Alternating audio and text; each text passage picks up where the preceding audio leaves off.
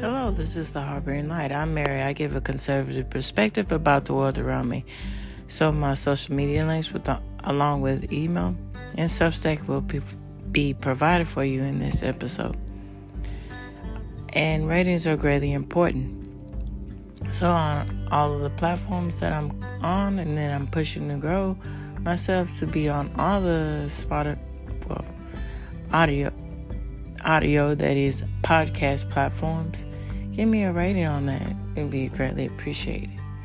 So I'm on Audible, Amazon Music, Spotify for podcasters, Overcast, Pocket Cast, Pandora, and as I mentioned, I'm looking to grow to where I'm on all of the podcast forums. So in this episode, this is the continuation of British folk songs.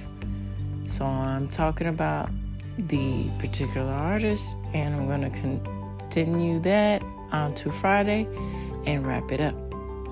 All right, so here we go. Let's dive in.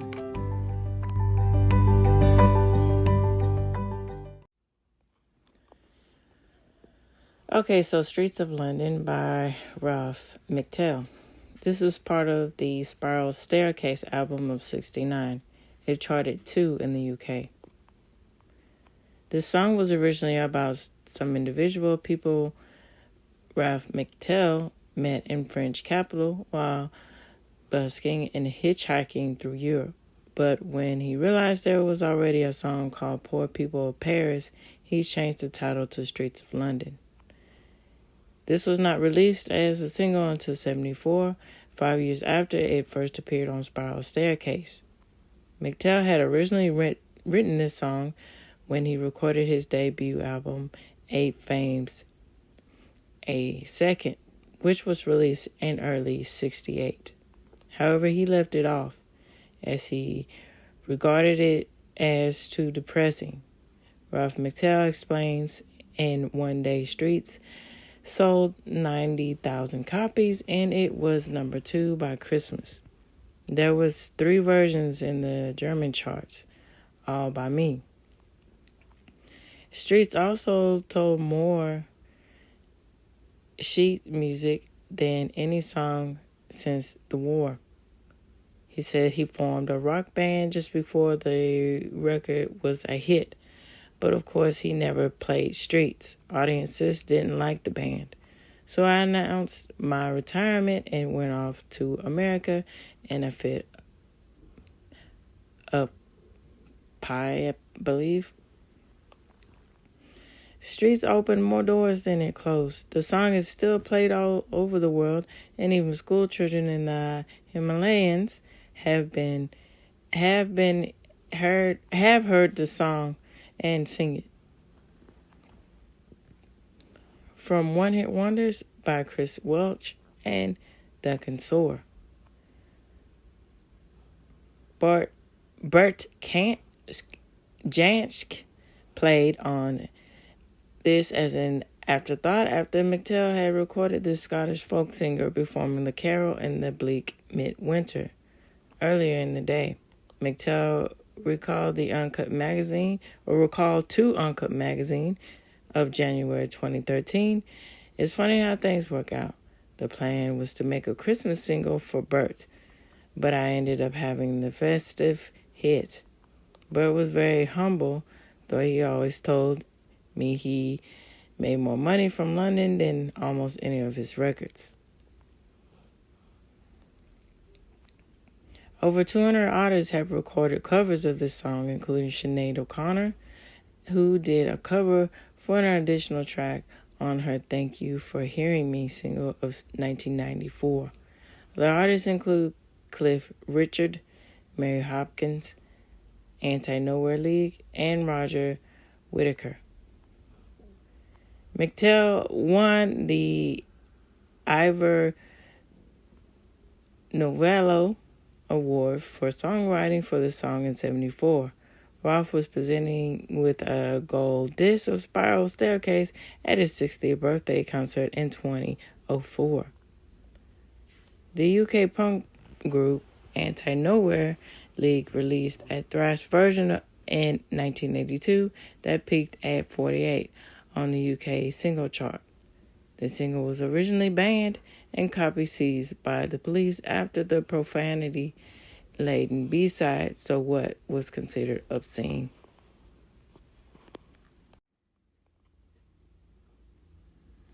To Be a Pilgrim by Ralph Vaughan Williams.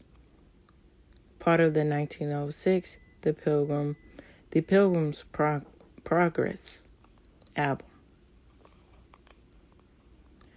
Also known by its first line, He Who Valiant Be, this hymn is an adaptation by the English composer Ralph Vaughan Williams. The Pilgrim's Progress was published by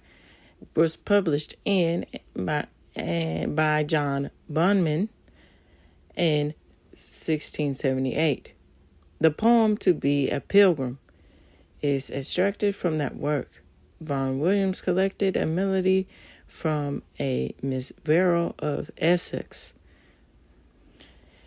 Hamlet's Monkgate, and also from a Miss Wilby of Herefordshire 5 years later. The instrumental is also sometimes known as Monk's Gate. The words used in standard hymn books are also slightly different from the original by John Bunyan. He Would Be Valiant Be is chosen by Margaret Thatcher to be sung at her funeral, which took place in April 2013. If nevertheless, this was an improvement on Ding Dong, the Witch is Dead, which after a sustained campaign by anti-Thatchers reached number 2 in the UK chart at that time.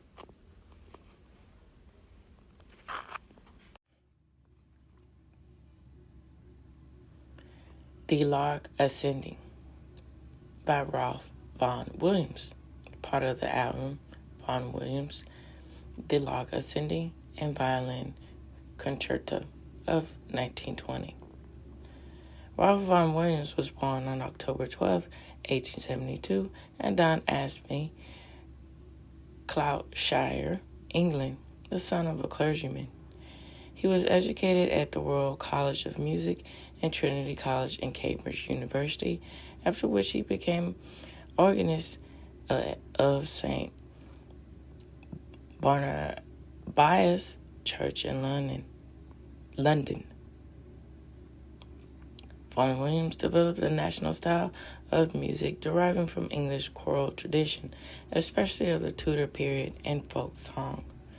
In 1910, he completed his first significant composition, the Fantasia on the Theme by Thomas Tales for String. After serving World War I, Vaughan Williams was appointed the professor of composition at the Royal College of Music and conductor of London's Bach Choir. He continued to compose until his death in London on August 26, 1958.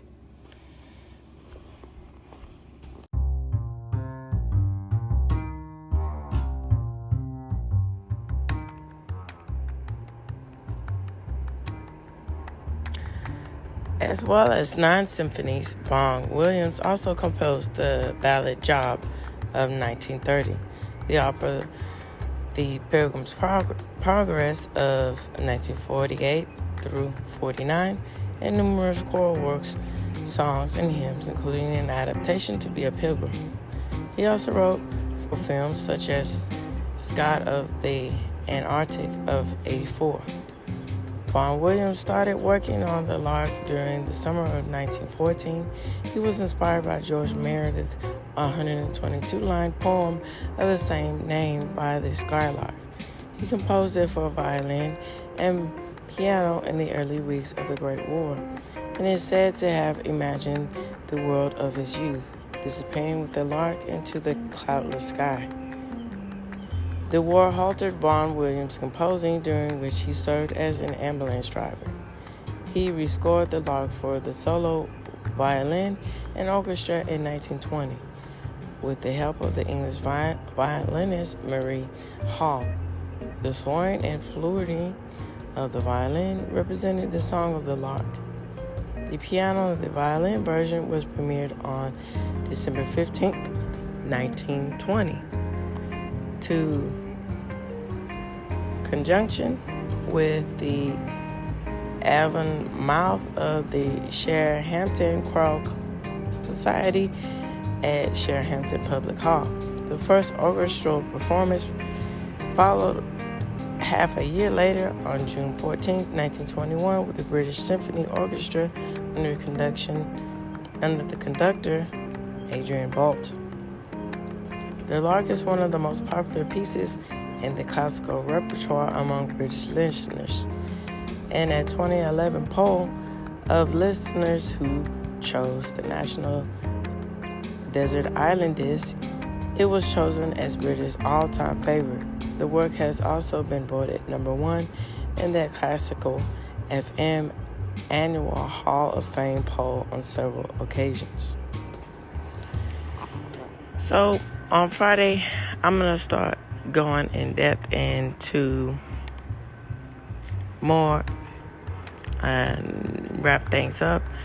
And I'm going to talk about British folk artists from the 60s. I cover some of them in the 70s. Well, I one from the 70s. And go up to the punk and new wave genre, so to speak, the 80s, and move on into today, the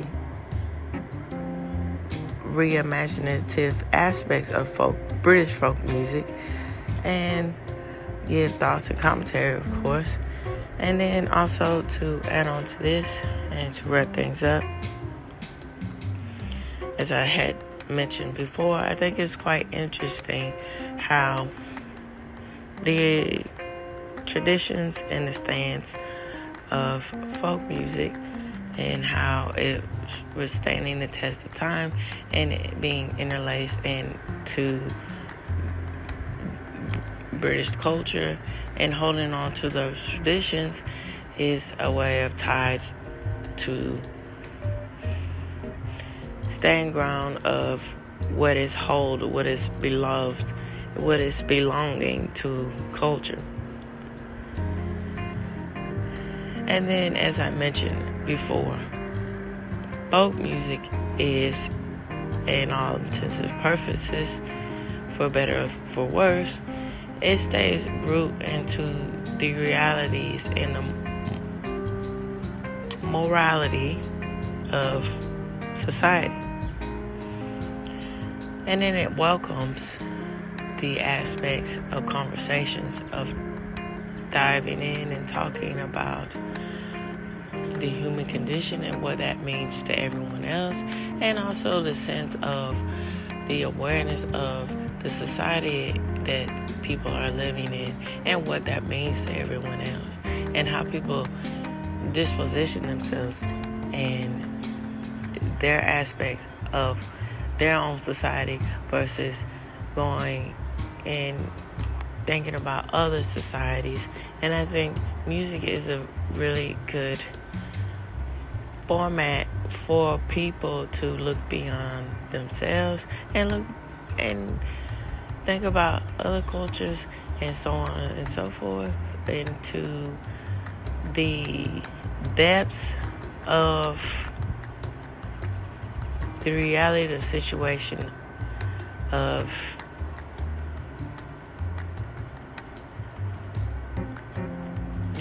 values. And as I also mentioned,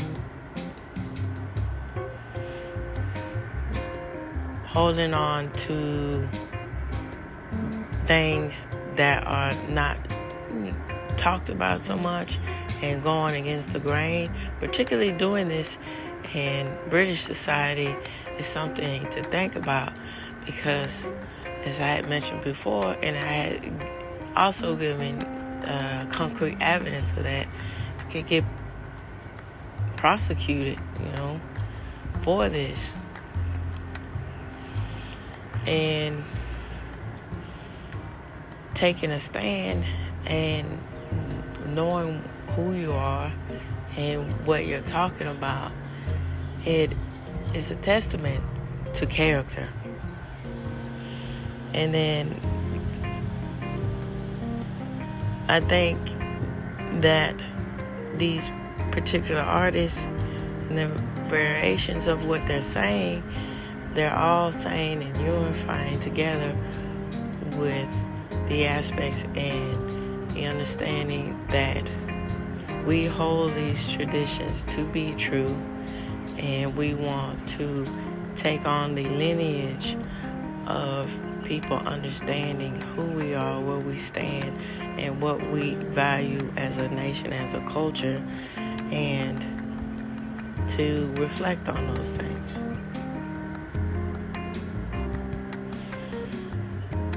All right, this reaches the end of the Harboring Light. Tune in, turn up, and as Vitamin C said, put a smile on your face and make the world a better place. Now, that's easier said than done, of course. In the relevant situation, it's not always hard to do that. But the aspect of it, to say, I know life can be and turn into the pits, but you can't control everything, and the people that do, it's not a good life. But the things that can be and out within stands with it, that can be tempered, that can be helped, is how you feel and your attitude towards situations. And that's really something to soak in and think and reflect. And also, questions, comments, concerns is greatly appreciated. So please feel free to email me or find me on Substack, write comments, or, just, if you like, just keep in touch. It's greatly appreciated. And also, ratings are appreciated too on the platforms that I'm on.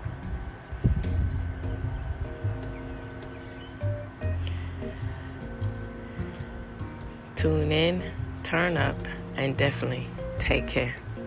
Bye-bye now.